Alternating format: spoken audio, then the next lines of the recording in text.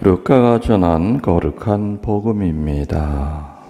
예수님께서는 회당을 떠나 시몬의 집으로 가셨다. 그때 시몬의 장모가 심한 열에 시달리고 있어서 사람들이 그를 위해 예수님께 청하였다.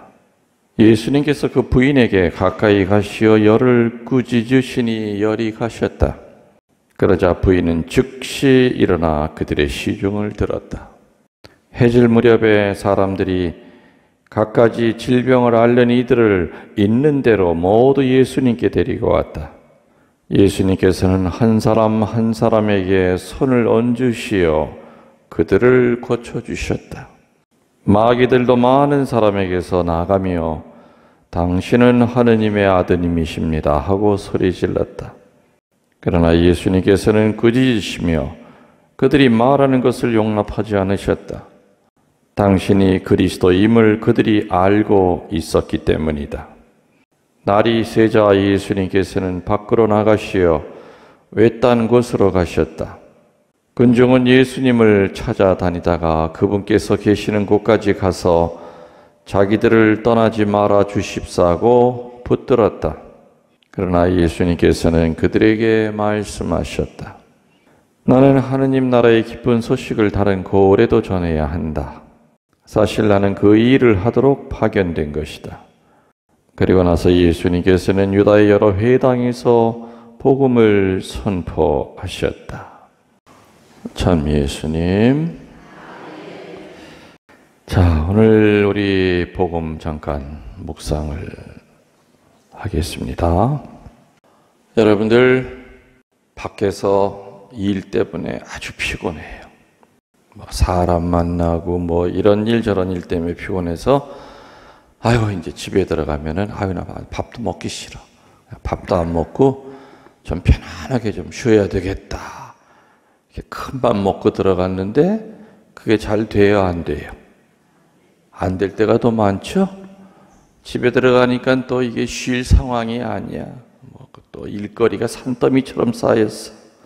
여기저기서 찾는 전화가 오고. 마찬가지로 오늘 예수님도 밖에서 시달릴 대로 시달리셔가지고 이제 좀 쉬어야 되겠다 싶어서 누구네 집에를 간 거예요? 베드로의 장모의 집에 간 거예요. 베드로 집에 장모님이 사셨는지 그냥 장모님 집에 베드로가 갔는지 그건 내가 그 옆에 안 있어 봤기 때문에 잘 모르겠고, 아무튼 베드로 장모의 집에 가셨는데, 그래서 베드로도 선생님 이제 사람 만나지 마시고요, 여기는 조용할 거예요. 애들도 웃고 우리 장모님 혼자 계실 겁니다. 우선 딱 예수님을 모시고 들어갔더니 세상에 다 죽어가는 시체가 하나 널브러져 있어. 그게 누구예요? 무슨 병? 열병. 복음을 쓴 복음사가 가운데 제일 많이 배운 분이 루카예요. 루카는 의사 출신이에요. 그래서 루카 복음이 제일 여성적이고 문체도 제일 화려하고 고급스럽고, 그리고 병에 대한 이야기가 다른 복음서보다 아주 상세히 나와 있어요. 오늘 우리들이 들은 것은 열에 시달리고 있었다. 근데 심한 열에 시달리고 있었다. 이건 이제 의사들이 하는 표현이겠죠. 자, 쉬러 들어갔던 그 집에 또 내 도움을 필요로 하는 사람이 거기 있었죠. 좀 짜증도 나셨을 것 같아요. 어떤 때 저도 비슷한 일을 겪을 때도 있죠. 어떨 때 피정 다니고 뭐하고 힘들어가지고, 특히 이제 피정 끝나고 나면은 시모님 좀 저희 집에서 쉬었다 내려가시죠. 그래서 가서 이제 그냥 아무 얘기 안 하고 잠깐 눈 좀 감았다 가야 되겠다. 그래서 기대를 잔뜩 하고 그 집에 들어가. 세상에 들어갔더니 문 열자마자 신발이 앞에 가득 차 있어.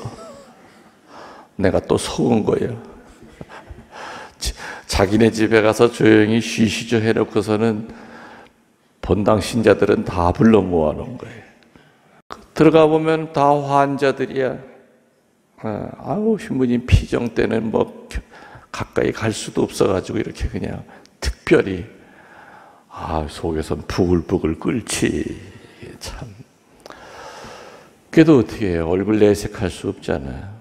그래서 또 다 머리에 손을 얹어서 안수해드리고, 또 뭐 신부님이 이 사람 25년 만에 성사 보러 왔어요. 그거 어떻게 해? 또 성사 줘야 되고. 아무튼 예수님의 그 마음을 이렇게 충분히 좀 이해가 갈 것 같아요. 밖에서 시달리다가 쉬려고 들어왔는데 또 할 일이 또 생긴 거예요. 아무튼 베드로 장모가 심한 열병에 시달리고 있었어요. 그런데 재미난 건요, 장모님 고쳐달라고 베드로가 나서서 청하지 않았어요. 예수님이 내가 너 고쳐주마 하시지도 않았어요. 동네 사람들이 그를 위해 예수님께 청하였다라고 나와 있죠. 사람들이요, 복수형이에요. 베드로가 우리 장모 예수님 살려주십시오가 아니었어요. 사람들이 그를 위해서 예수님께 청하였다. 사람들이 이렇게 그 부인을 살리려고 예수님께 달려와서 청한 걸 볼 때 이 베드로의 장모라고 하는 이분이 동네에서 인심을 잃었던 분 같아요? 아니면은 덕이 있던 분 같아요? 당연하죠. 인심 잃은 사람한테 그렇게 안 해요. 그죠? 모르긴 몰라도 이 베드로 장모는 동네에 애경사 빠진 적 없이 항상 쫓아다니면서 봉사했을 거예요.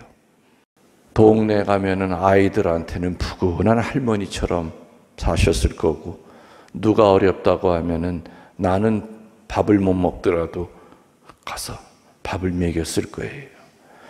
그러니까 이 자매님은 우리 동네에서는 없으면 안 되는 분이에요. 맞죠? 근데 이렇게 귀한 분이 죽을 병에 걸려 있는 거예요. 그러니까 동네 사람들이, 베드로가 얘기한 게 아니란 말이에요. 사위가 살려달라고 한 것이 아니라 동네 사람들이 나서서 이분 살려주셔야 돼요. 이분 예수님께 청했다는 거죠. 이렇게 모든 사람이 한 마음으로 청했어요. 얘기했죠? 한문에서 합심이라고 하는 단어가 있다고 그랬어요. 합자가 어떤 뜻이에요? 지붕 밑에 사람들의 입이 하나다. 그게 합자예요. 머릿속에 그려지시죠? 합이라 하다 할 때 합자. 지붕 밑에 사람들의 입이 하나다.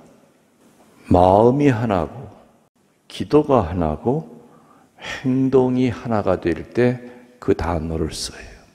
그래서 오늘 베드로 장모 기적을 받았잖아요.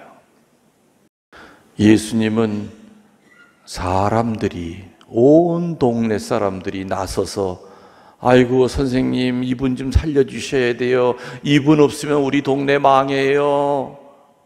이분 천사 같은 분이에요. 나 이분한테 은혜 받은 게 얼마나 많은데요. 그러니까 예수님이 보면서 베드로 장모는 참 훌륭한 사람이다. 그래가지고 예수님께 청하고 나니까 예수님께서 그 부인에게 가까이 가셔서, 오랫동안 열병에 누워 있으니까 정신도 혼미하고 죽었다 깨도 그 부인이 제 병 좀 고쳐주십시오 이 말을 할 수가 없는 상황이었죠.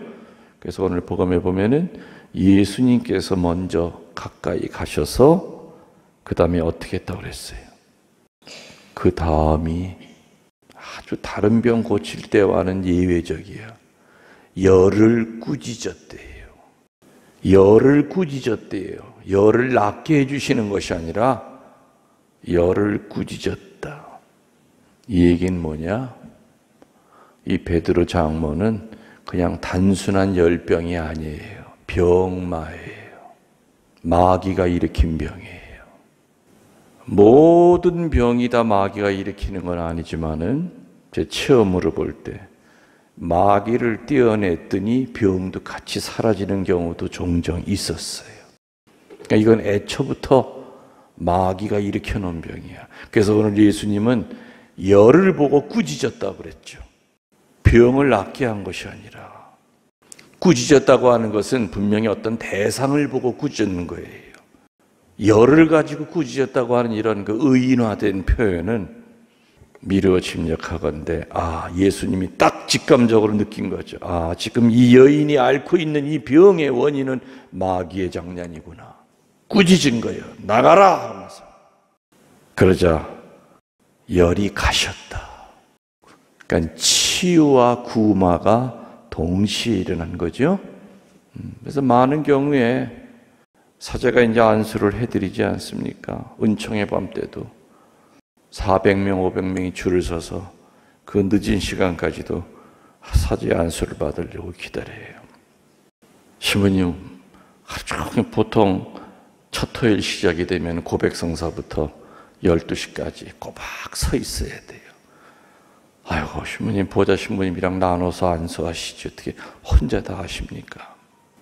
그 안수도 사람의 힘으로 하는 게 아니에요. 안수하면서 계속 저는 심령 기도를 바쳐요. 그 심령 기도 안에는 구마 기도 또 치유 기도가 같이 내려가요. 그러니까는 500명, 600명이 되더라도 안수하는 거예요. 그리고 그 다음날 주일미사 거뜬히 하지 않습니까? 그러나 의지적으로 기도하려고 하면은 이거 빨리 해치워야 되겠다. 줄을 보니까 또 새까만해. 세상에 2층은 아직 내려오지도 않았어. 3, 40명만 해도 벌써 진이 다 빠져나가. 그런데 심령 기도기 때문에, 심령 기도는 본인이 하는 기도가 아니라 성령이 해주는 기도죠. 성령께서 이 사람에게 가장 맞는 은혜를 주시는 기도가 바로 심령 기도예요. 부인은 열이 가시자마자 즉시 일어나 그들의 시중을 들었다. 예수님께 시중을 든 게 아니에요. 사위한테 시중을 든 것이 아니라 누구에게 시중 들었다는 겁니까? 자기 살려달라고 부탁했던 바로 동네 사람들에게 시중을 들었다 이거예요. 즉시 일어나 그들의 시중을 들었다고 그랬어요. 예수님의 시중을 들었다가 아니라 그들의 시중을 들었다. 나를 도와주었던 사람, 나 살려달라고 예수님께 매달렸던, 나를 위해 기도해 주었던 그 사람들의 시중을 들었다. 도움을 주었던 바로 그 은인들에게 봉사로 보답했다 이겁니다. 그리고 마음과 행동으로, 기도로 봉사했다는 거죠. 그래서 오늘 복음에 나오는 치유받은 자의 첫 번째 의무요, 권리는 뭐냐? 봉사예요. 여러분들 이제껏 사시면서 어려운 고비고비 하느님께서 지켜주신 거 인정하십니까? 힘들고 어려울 때 뒤돌아보면 세상에 참 하느님께서 나를 살려주셨어. 그랬던 적 많이 있죠? 치유받았다고 느꼈던 적 많이 있죠? 그럼 치유받고 난 사람이 해야 될 첫 번째 일은 봉사예요. 봉사는 기도 봉사도 있고요. 행동으로 움직이는 봉사도 있어요. 오늘 베드로 장모의 이 병의 치유를 통해서 지금 얘기한 대로 세 가지. 첫 번째, 예수님은 어떤 상황이 되든 간에 그분의 마음은 늘 한결같으셨다는 거죠. 쉬려고 들어간 그 자리에도 당신의 도움을 필요로 하는 사람이 있을 때는 짜증 부리거나 싫은 내색을 하거나 귀찮아하지 않고 정말로 정성을 다해서 당신의 도움을 필요로 하는 사람이 있을 때는 온전히 내어주셨다는 거. 두 번째로 온 동네 사람들이 그 베드로 장모의 치유를 위해서 합심기도 한 마음으로 예수님께 매달렸더니 기적이 일어났다. 그리고 또 하나 우리들이 생각해야 될 것은 모든 병이 전부 다 마귀가 일으키는 건 아니지만 오늘 복음에 나오는 걸로 볼 때 또 구마 사제들의 체험을 통해서 볼 때 어떤 병은 분명히 마귀가 일으켜놓은 병도 있다는 거예요. 그래서 그럴 때는 치유 기도가 아니라 구마 기도를, 오늘 예수님은 꾸짖었다, 이거는 구마하신 거예요. 치유 기도를 한 것이 아니라. 그랬더니 열이 가셨다. 다시 말하면은 병마라고 하는 것도 있다는 거죠. 그래서 여러분들이 어떤 병에 들리면은 주님 저 치유시켜 주십시오라는 기도만이 아니라 같이 동시에 해야 될 것이, 주님 저에게서 어두운 기운이 있다면은 주님의 힘으로 구마시켜 주십시오. 병마로부터 해방되게 해 주십시오. 그 기도도 같이 바쳐야 된다는 거 아셨죠? 마지막으로 치유받고 회복된 자의 첫 번째 권리요 의무는 뭐라고요? 하느님과 이웃에게 봉사하는 것이라는 거 명심하도록 합시다. 아멘.